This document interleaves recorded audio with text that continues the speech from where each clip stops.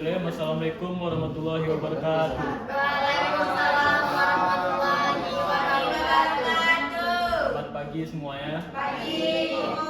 Kami dari kelompok 1 ingin mempresentasikan hasil diskusi kami materi ekonomi pertanian tentang peran strategis sektor pertanian dalam pembangunan ekonomi yang beranggotakan saya sendiri Bani Arendi, kemudian ada Dafa Fatur Rahman, Putri Wulandari, Andika Zakaria Aziz, Fazila Aulia, Aida Hisma, Gitari Destianti, dan Yudi Silvia. Serta ada satu rekan kami yang tidak hadir, Jana Trihadilah, karena sedang berhalangan. Langsung saja, penjelasan yang pertama akan dijelaskan oleh Dafa Fatur Rahman. Pada Dafa, silakan. Satu, latar belakang. Sebagian besar negara berkembang masih sangat bergantung pada sektor pertanian sebagai penopang utama perekonomian nasional. Hal ini disebabkan oleh kondisi geografis yang mendukung ketersediaan sumber daya alam yang melimpah, serta besarnya jumlah penduduk yang tinggal di wilayah pedesaan di tengah arus globalisasi dan industrialisasi yang semakin pesat.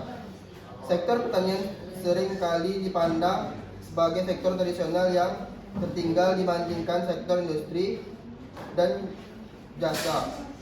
Modernisasi ekonomi mendorong pergeseran struktur ekonomi dari pertanian ke industri, sehingga perhatian terhadap sektor pertanian cenderung berkurang. Selain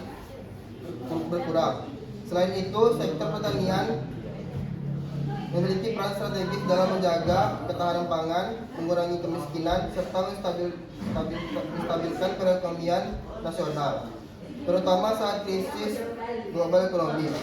Oleh karena itu, kajian mengenai peran strategis sektor pertanian dalam pembangunan ekonomi menjadi penting untuk memahami bahwa pertanian tetap relevan dan memiliki potensi besar dalam mendukung pembangunan berkelanjutan. Putri. Selanjutnya itu pertanian sebagai sektor bisnis di negara berkembang. Bisnis di negara berkembang. Salah satu faktor penting dalam perencanaan pembangunan daerah adalah membangun perekonomian wilayah tersebut agar memiliki daya saing yang tinggi, agar terus tumbuh dalam mendorong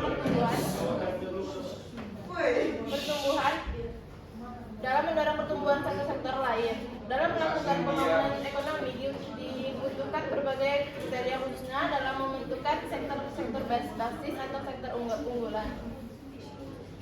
Sektor basis menjadi tumpuan utama dalam pembangunan ekonomi wilayah karena sektor ini dapat menghasilkan pendapatan baik daerah sendiri maupun daerah lain. Menurut teori W. Arthur Lewis, mengungkapkan bahwa perekonomian di negara berkembang memfokuskan proses pengalihan tenaga kerja dan pertumbuhan ekonomi serta kesempatan kerja dari sektor tradisional ke sektor modern.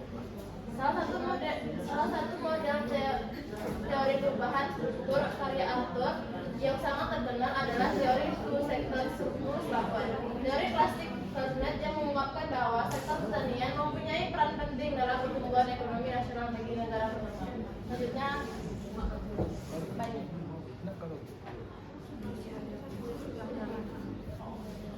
pertanian merupakan sektor ekonomi yang utama di negara-negara berkembang. Peran atau kontribusi sektor pertanian dalam pembangunan ekonomi suatu negara menduduki posisi yang penting sekali. Hal ini diantara lain disebabkan beberapa faktor sebagai berikut. Yang pertama, sektor pertanian merupakan sumber persediaan bahan makanan dan bahan mentah yang dibutuhkan oleh suatu negara. Kedua, tekanan demografis yang besar di negara-negara berkembang yang disertai dengan meningkatnya pendapatan dari sebagian penduduk menyebabkan kebutuhan tersebut terus meningkat. Yang terakhir, yang ketiga, sektor pertanian harus dapat menyediakan faktor-faktor yang dibutuhkan oleh ekspansi sektor ini, terutama sektor industri. Faktor-faktor ini biasanya berbentuk modal, tenaga kerja, dan bahan mentah. Yang keempat, sektor pertanian merupakan sektor basis dari hubungan pasar yang penting berdampak pada proses pembangunan. Sektor ini dapat pula menciptakan keterkaitan ke depan dan keterkaitan ke belakang yang bila disertai dengan kondisi-kondisi yang tepat dapat memberi sumbangan yang besar untuk pembangunan. Yang kelima, sektor ini merupakan sumber pemasukan yang diperlukan pembangunan dan sumber pekerjaan pekerjaan dan pendapatan dari sebagian besar penduduk negara-negara berkembang yang hidup di pedesaan. Selanjutnya, itu lanjut. Kontribusi sektor pertanian terhadap perekonomian.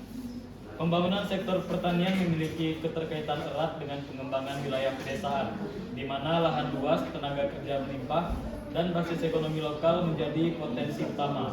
Pertanian bukan sekedar kegiatan produksi, tetapi juga sarana pemberdayaan masyarakat secara aktif dan berkelanjutan. Terdapat kontribusi terhadap produk domestik bruto. Ini grafiknya. Nah, berdasarkan data PDB menurut lapangan usaha seri ADHK 2010 menunjukkan bahwa pada tahun 2020 nilai PDB ADHK tercatat sebesar 1.378.398.000. Kemudian nilai ini meningkat pada tahun 2021 menjadi 1.404.190.000 rupiah, menunjukkan mulai pulihnya aktivitas ekonomi sektor pertanian.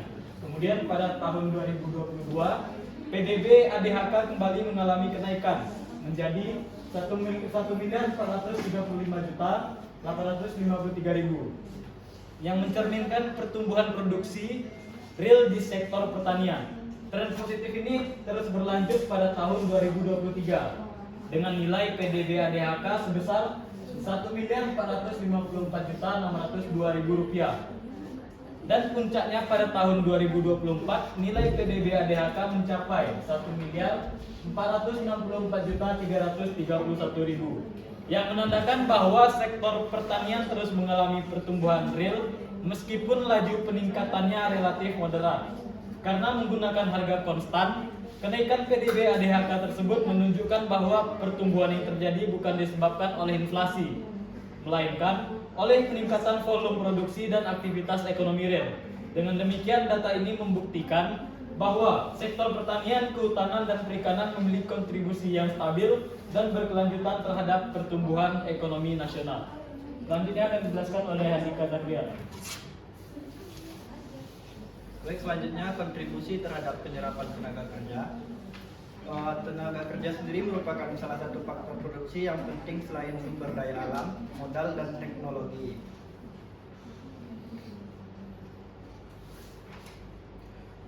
Tenaga kerja memegang peranan yang penting dalam pembangunan ekonomi selain sumber daya alam, modal, dan teknologi. Sebagai salah satu faktor produksi, tenaga kerja berfungsi untuk menghasilkan barang dan jasa yang memiliki nilai ekonomis yang pada akhirnya memenuhi kebutuhan masyarakat.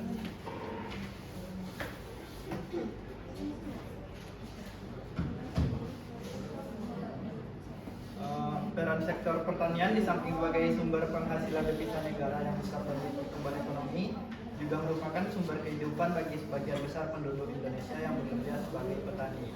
Berikut persentase tenaga kerja informal sektor pertanian dari tahun 2020 sampai tahun 2024.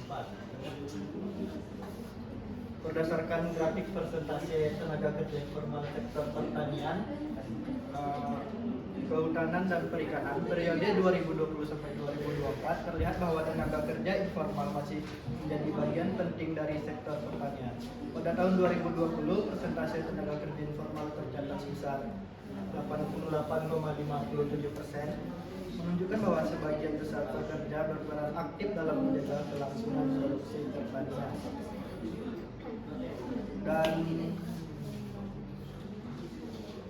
di akhir pada tahun 2024 dengan persentase 87,31%, dan ini menunjukkan adanya perbaikan struktur ketenagakerjaan sambil tetap menghargai kontribusi besar terhadap tenaga kerja informal yang menjadi pilar utama dalam keberlanjutan sektor pertanian. Selanjutnya akan dijelaskan oleh Radila Aulia. Baiklah, peran dari sektor pertanian terhadap ketahanan pangan. Kemandirian pangan dalam suatu negara itu penting untuk menghadapi guncangan-guncangan. Itu tertera pada Undang-Undang Nomor 18 Tahun 2012 tentang pangan.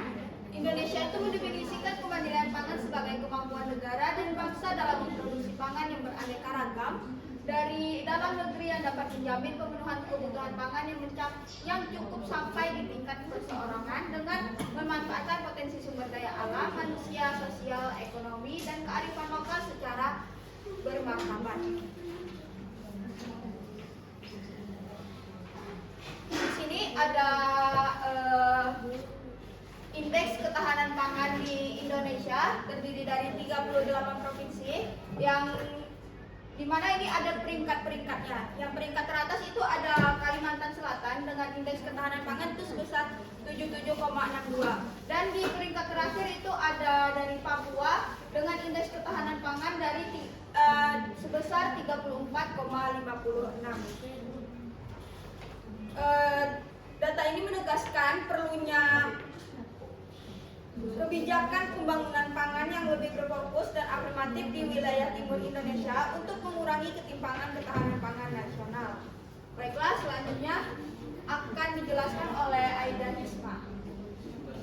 Selanjutnya, peran pertanian dalam pengentasan kemiskinan. Berbagai faktor dapat diidentifikasi sebagai penyebab dari kemiskinan di pertanian. Rendahnya penguasaan sumber daya produktif dan rendahnya kualitas sumber daya manusia sering disebut sebagai faktor utama penyebab kemiskinan di pertanian.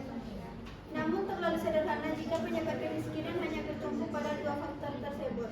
Berbagai program yang mampu memberikan akses penduduk miskin terhadap sumber daya produktif maupun perbaikan kualitas sumber daya manusia tidak akan banyak artinya apabila struktur ekonomi yang melingkupinya masih memposisikan penduduk miskin ini hanya sebagai penghasil surplus, sedangkan penduduk miskin itu sendiri tidak mampu menikmati surplus yang dihasilkannya. Dengan kata lain, sepanjang struktur ekonomi yang terbangun di pertanian masih bersifat monoposistik dan monopolistik, maka sulit mengharapkan adanya pengurangan kemiskinan di pertanian secara nyata. Pengurangan penduduk miskin di pertanian tidak saja perlu ditinjau dari sudut pandang petani dan keluarganya serta hubungannya dengan lingkungan ekonomi dan sosial yang melingkupinya, namun juga perlu dicermati hubungan atau keterkaitan antar sektor dan antar wilayah. Keberhasilan pembangunan sektor pertanian akan ditentukan oleh arah pembangunan makro maupun arah pembangunan sektor lainnya. Kebijakan moneter dan fiskal di aspek makro akan secara langsung berpengaruh terhadap sektor pertanian. Demikian juga, arah kebijakan sektor industri akan menentukan keterkaitannya dengan sektor hulunya dan seberapa jauh pertanian dapat memperoleh manfaat dari kebijakan tersebut. Lanjutkan menurut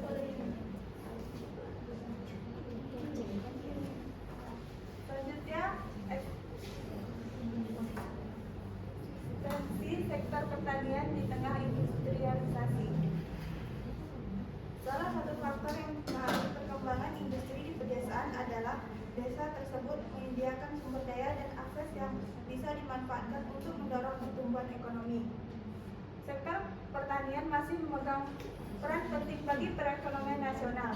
Pertanian mencakup beberapa subsektor yaitu tanaman pangan, perkebunan, kehutanan,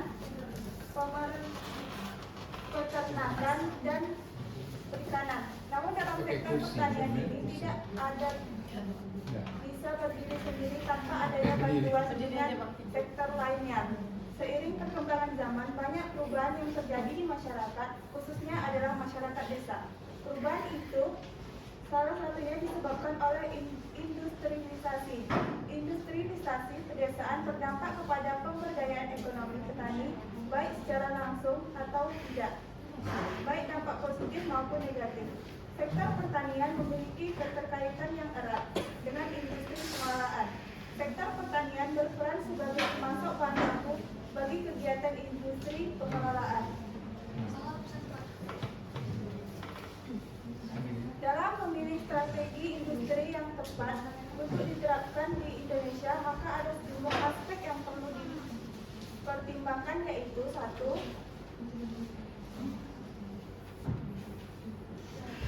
melihat kekayaan bahwa ada dua sektor ekonomi besar di mana Indonesia memiliki keunggulan komparatif, yaitu pertanian dan pertambangan. Untuk itu, dalam proses industrialisasi harus dikembangkan keterkaitan produk ke depan dan ke belakang. antara kedua sektor primer tersebut dengan industri manufaktur. Yang kedua, dikembangnya keterkaitan produk antara sektor industri manufaktur dengan sektor-sektor sekunder dan sektor tersier, juga antara subsektor kelompok industri. Yang ketiga, sektor industrialisasi yang tepat bagi Indonesia adalah yang memfokuskan pada perkembangan kelompok industri. Itu terdiri menjadi 3 bagian. 1. Industri yang memakai komoditas pertanian adalah pertambangan sebagai bahan baku utama. Kedua, industri mesin, alat-alat produksi, komponen, spare part, dan material-material lain yang dapat mengurangi ketergantungan impor. Yang ketiga, industri outward looking oriented, terutama industri yang dapat menghasilkan barang-barang untuk kebutuhan pasar domestik tetapi mempunyai daya saing global yang tinggi. 4. Pengembangan sektor industri manufaktur harus berdasarkan spesialisasi atas faktor-faktor keunggulan komparatif yang dimiliki Indonesia dan faktor-faktor keunggulan komparatif yang dapat dikembangkan.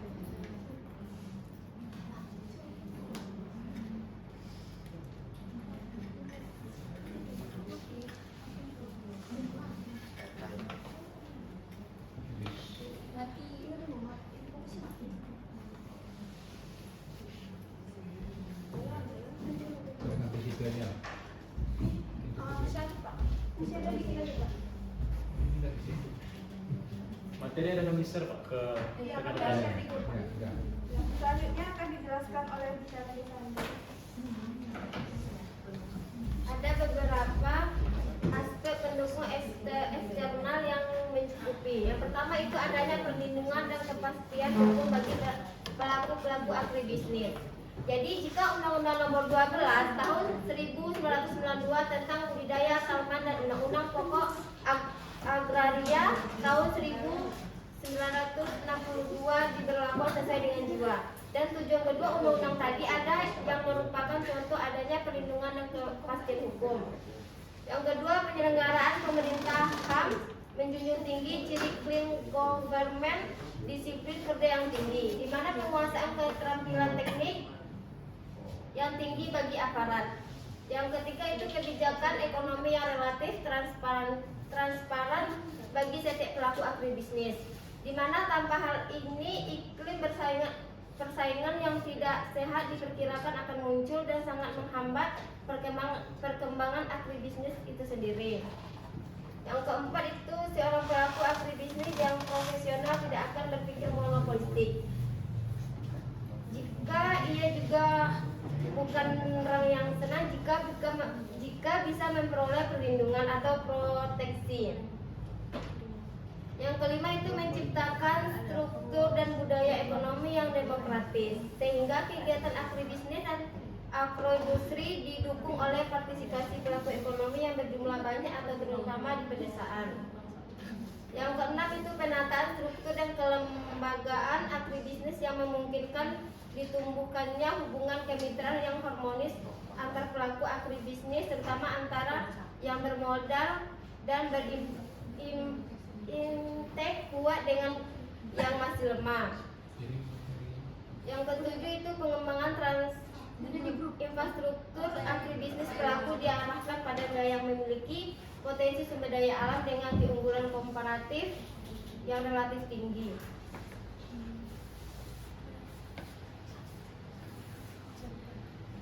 Selanjutnya akan dilakukan oleh Dapa. Baiklah, kesimpulan dari diskusi kami adalah berdasarkan pembahasan, sektor pertanian terbukti memiliki peran strategis sebagai penopang utama pembagian ekonomi di negara berkembang, khususnya di Indonesia. Melalui kontribusinya terhadap penyediaan pangan, penyerapan tenaga kerja, sumber devisa, dan penggerak ekonomi pedesaan serta industri pengolahan. Tren PDB sektor pertanian, kehutanan, dan perikanan yang terus meningkat selama 2020 sampai 2024 menunjukkan bahwa sektor ini tetap tumbuh secara real dan menjadi salah satu penyangga stabilitas ekonomi nasional. Pertanian juga memiliki instrumen penting dalam pengentasan kemiskinan, memperkuat ketahanan pangan, serta mendukung proses industrialisasi melalui keterkaitan ke depan dan ke belakang dengan sektor manufaktur. Di tengah modernisasi dan industrialisasi, eksistensi pertanian tetap relevan, terutama jika didukung transformasi teknologi, peningkatan kualitas sumber daya manusia, dan kebijakan yang berpihak pada petani dan pelaku agribisnis. Baiklah, sekian presentasi dari kelompok kami. Lebih kurang mohon dimaafkan. Wassalamualaikum warahmatullahi wabarakatuh dan selamat pagi semua. Waalaikumsalam warahmatullahi wabarakatuh. Baiklah, kami membuka sesi tanya jawab. Bagi rekan-rekan yang ingin bertanya, dipersilahkan. Nama kelompoknya ya. Kami membuka 2 pertanyaan. Bagi yang ingin bertanya, silakan. Assalamualaikum warahmatullahi wabarakatuh. Waalaikumsalam warahmatullahi wabarakatuh. Saya dari kelompok 9 memberikan pertanyaan kepada kelompok makalah. Dari makalah membaca sektor pertanian sebagai sektor berbasis utama negara berkembang karena kemampuannya menyerap segala kerja dan menjaga ketahanan pangan. Nah, pertanyaannya, apakah mereka menetapkan sektor pertanian sebagai sektor basis dan menjadi keunggulan struktural di jangka panjang atau justru menandakan kegagalan transformasi ekonomi maju menuju sektor bernilai tambah tinggi? Terima kasih.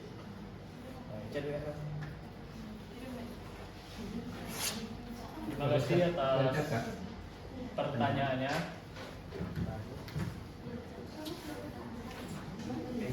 Bagi yang ingin bertanya lagi, dipersilahkan 1 orang lagi.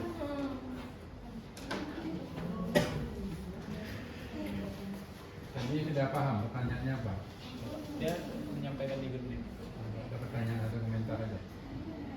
Ditampung dulu Pak, nanti. Silakan. Satu lagi ya, waktu kita nih, 2 menit ya.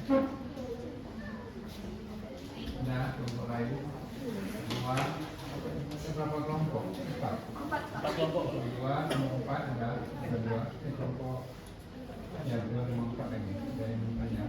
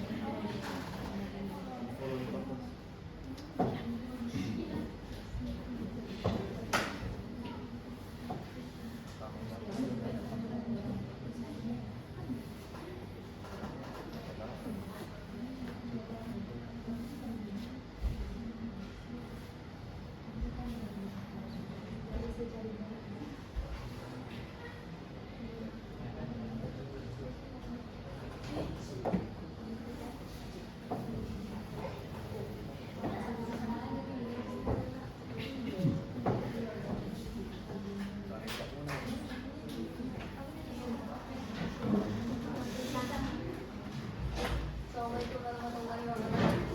Waalaikumsalam warahmatullahi wabarakatuh. Saya Mika Deni, perwakilan dari kelompok 2 akan bertanya kepada kelompok 1. Pertanyaannya adalah, berdasarkan data PDB atas dasar harga konstan atau ADHK, sektor pertanian menunjukkan tren peningkatan 2020 sampai dengan tahun 2024. Pertanyaan saya, mengapa penggunaan ADHK lebih tepat dalam menilai kinerja dalam sektor pertanian dibandingkan dengan harga berlaku, dan apa aplikasinya bagi kebijakan pembangunan ekonomi? Terima kasih. Baik, terima kasih Pak atas pertanyaannya. Ya, jadi kami waktu sebentar untuk diskusi menjawab pertanyaan dari rekan.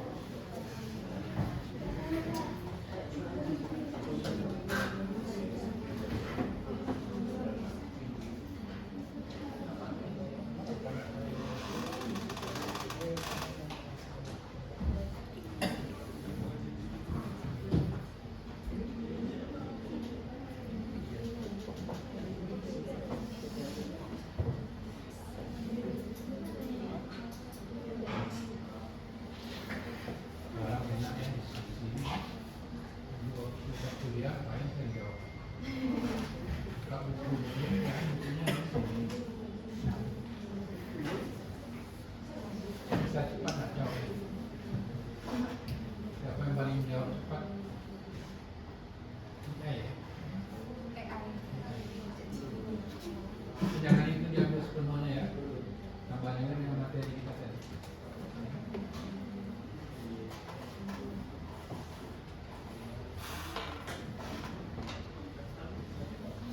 Ya, kan nama yang jawabnya.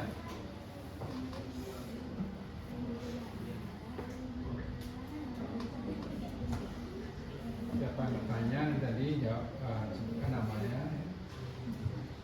Kemudian yang menjawab sebutkan namanya.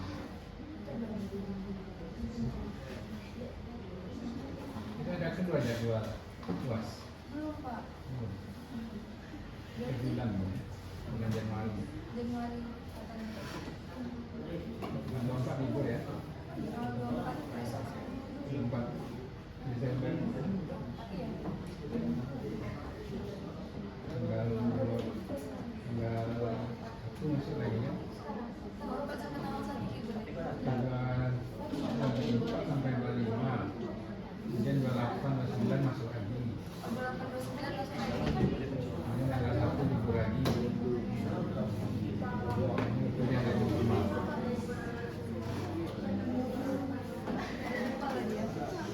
Kirim saya berita dari PD.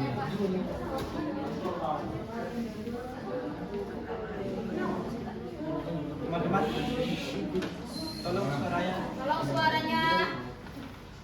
Baik, di sini saya akan menjawab pertanyaan dari Hokifa. Jadi pertanyaannya, mengapa penggunaan ADHK lebih tepat dalam menilai kinerja di sektor pertanian dibandingkan harga berlaku? Apa implikasinya bagi kebijakan pembangunan? Baik, penggunaan PDB atas dasar harga kontan di ADHK tadi lebih tepat untuk menilai kinerja real sektor pertanian karena ADHK menghilangkan pengaruh inflasi. Dengan harga yang dibuat tetap, kenaikan PDB benar-benar mencerminkan peningkatan volume produksi dan aktivitas nyata, bukan sekedar kenaikan harga. Hal ini penting bagi sektor pertanian yang sangat dipengaruhi fluktuasi harga akibat musim, cuaca, pasar, dan ketika panen. Implikasinya bagi kebijakan pembangunan adalah pemerintah dapat menilai kinerja sektor pertanian secara lebih akurat. Jika PDB ADHK meningkat, berarti kebijakan yang diterapkan seperti dukungan produksi, teknologi, dan infrastruktur mulai efektif. Sebaliknya, bila stagnan, pemerintah perlu fokus pada peningkatan produktivitas, modernisasi pertanian, dan penguatan nilai tambah, bukan hanya intervensi harga. Dengan demikian, ADHK menjadi dasar yang lebih kuat dalam merancang kebijakan pembangunan pertanian yang berkelanjutan.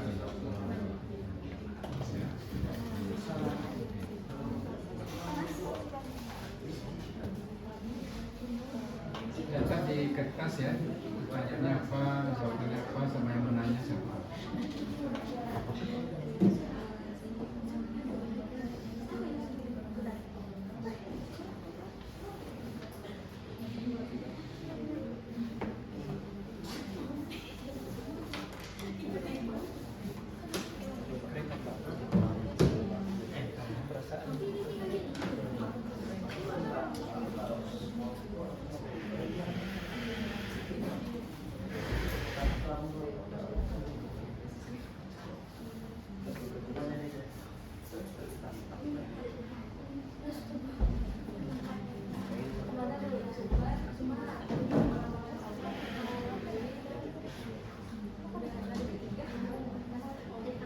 Baiklah, saya akan menjawab pertanyaan dari Widya dari kelompok 3. Jika sektor pertanian memang masih menjadi sektor basis, sejauh mana klaim tersebut relevan ketika kontribusinya terhadap PDB dan produktivitasnya relatif rendah dibandingkan sektor industri jasa. Klaim tersebut tetap bakal relevan meskipun kontribusi PDB dan produktivitasnya itu lebih rendah. Penurunan peran pertanian dalam PDB merupakan konsekuensi alami dari transformasi struktural menuju industrialisasi, bukan indikator hilangnya fungsi strategis. Jadi sektor basis di negara Indonesia itu kan masih banyak yang lain. Walaupun rendah, tapi diusahakan sektor pertanian itu bakal tetap menunjang. Jadinya nanti dia tuh kan tadi kan dijelaskan tentang kemandirian pangan. Jadi diusahakan sekali Indonesia itu akan mencapai di tahap kemandirian pangan. Oke. Ada ya. Oke. Ada satu lagi ya dari kelompok apa tadi? Udah ya. Udah dijawab berapa ya Pak? Cepat kelompoknya jawaban. Apa baru satu? Enggak dengar dari Pak satu tadi. Iya, tadi Pak, pas Bapak nyampe. Kesimpulannya, closing statementnya Pak. Ulang lagi baca bagi apa dari mana? Intisarinya aja lagi. Dari gabungan tadi diskusi sama pertanyaan tadi.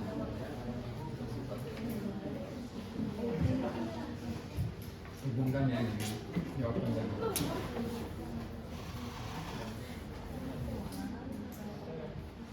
Pak tadi ke sana tadi. 5.20 Pak, masih belum selesai Pak. Silakan datang saya dulu. Belum, masih banyak masuk di dalamnya. Jadi ruang kuliah enggak? Hah? Jadi ruang kuliah atau ruang Belum seminar? tahu pula kami Pak. Silakan. Bapak, yang pertanyaan tadi dijawab kelompok kami apa kelompok? Enggak. Kelompok kami. Bapak tadi tampil. Iya, jadi kelompok satu yang belum Pak. Bapak nak nanya lah ya, punya waktu ya. Oke Pak. Baiklah, kesimpulan. Closing statement penutup. Oke, closing segment.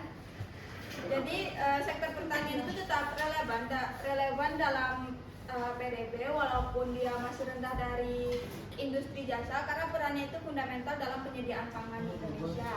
Selain itu dia juga melakukan penyerapan tenaga kerja, terus menjaga stabilitas ekonomi nasional. Relevansi pertanian tidak ditentukan semata oleh besarnya kontribusi ekonomi terhadap PDB, melainkan oleh fungsi strategisnya dalam menopang struktur perekonomian secara keseluruhan.